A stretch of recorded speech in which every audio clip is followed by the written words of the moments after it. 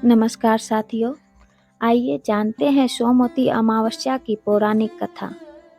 प्राचीन समय में एक ब्राह्मण था। उसकी एक बेटी थी जिसकी शादी को लेकर वो बहुत चिंतित रहता था। लड़की बहुत ही सुंदर, सुशील, कामकाज में अच्छी थी, लेकिन फिर भी उसकी शादी का योग नहीं बन रहा था।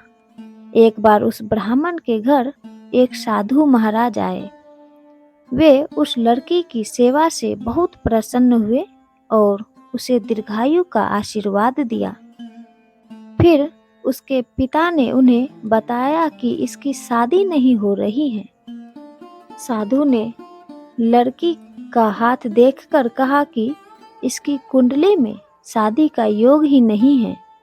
ब्राह्मण घबराकर उपाय पूछने लगा। तब साधु ने सोच विचार करके उसे बताया कि दूर गांव में एक सोना नाम की औरत है।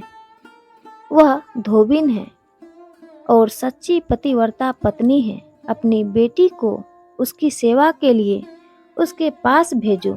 जब वो औरत अपनी मांग का सिंदूर इस पर लगाएगी तो तुम्हारी बेटी का जीवन भी संवर जाएगा। ब्राह्मण ने अगली ही सुबह उसे सोना धोबिन के यहाँ भेज दिया।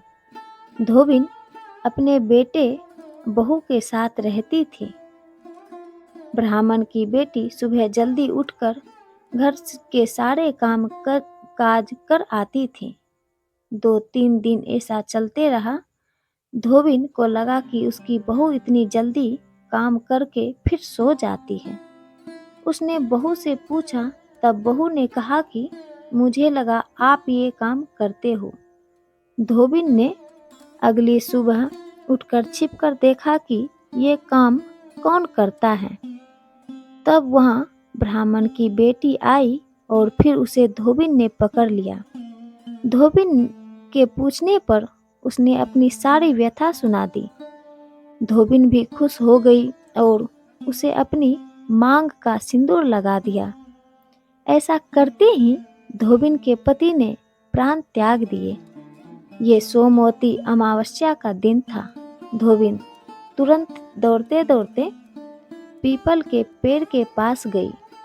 परिक्रमा करने के लिए उसके पास कोई सामान नहीं था, तो उसने ईंट के टुकड़ों से पीपल की 108 बार परिक्रमा की। ऐसा करते ही धोबिन के पति में जान आ गई। इसके बाद से इस दिन का हर विवाहिता के लिए जीवन में विशेष महत्व है।